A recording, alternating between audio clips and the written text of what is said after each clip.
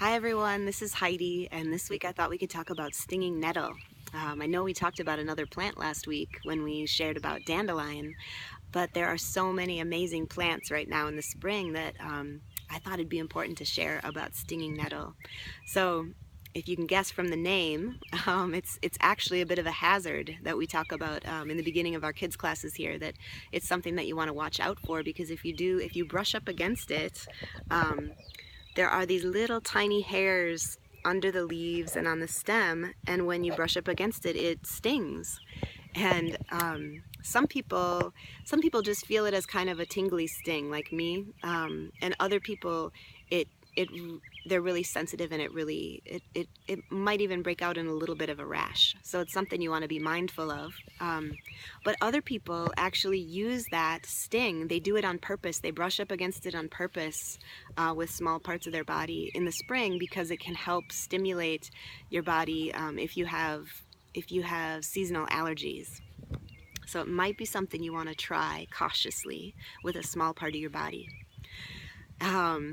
So it's not just a hazard, it happens to be one of the most nutritious foods and medicine that you can forage for.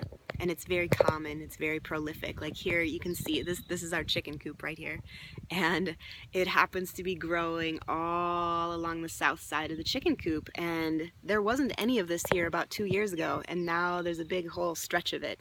And I welcome it here, because it's actually kind of a friend of mine. I think of it like an ally. It's supported me in several different times in my life, and I've gotten to know it a little bit more now that it's growing here on the land. It's a plant that I used when I was postpartum after I had my 3 daughters, because it's very nutritious, and I used it as a tincture, as medicine for helping to build up my blood. I was very fatigued, and it'll build your blood, and it has a lot of vitamins and minerals in it that it pulls up from deep in the soil, and so it can help just kind of restore your system after you've been depleted. So to use it, to harvest it, you want to wear gloves probably, and long sleeves, and probably use a scissors unless you're fully covered, and just have a basket or something to gather it in, a bag.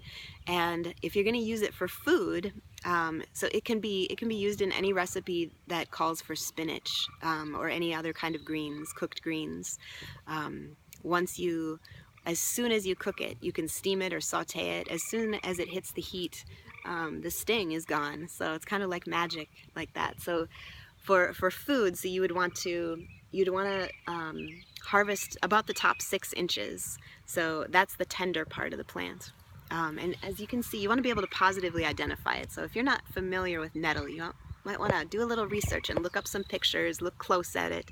It has this square stem, and it has opposite leaves, which means when the stem goes up, 2 leaves on opposite sides of the stem come out, and then the stem goes up again, and then opposite leaves again and again, right? So you want to just look real close, double check that you're getting the right thing, and you want to harvest it from a place that you're familiar with, that you know that it hasn't been sprayed with anything, that there's a big enough area that you wouldn't be taking out the whole patch unless you wanted to weed it out, but to be mindful of foraging ethically.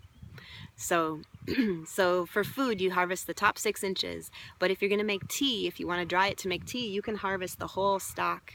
So cut it all the way back down to the ground, and then dry it. And once it's dried, once the leaves are dried, that's when the medicine constituents are more easily pulled out with hot water to make tea. So, I hope you have fun getting to know nettle this week. I look forward to hearing how it goes. All right, have fun.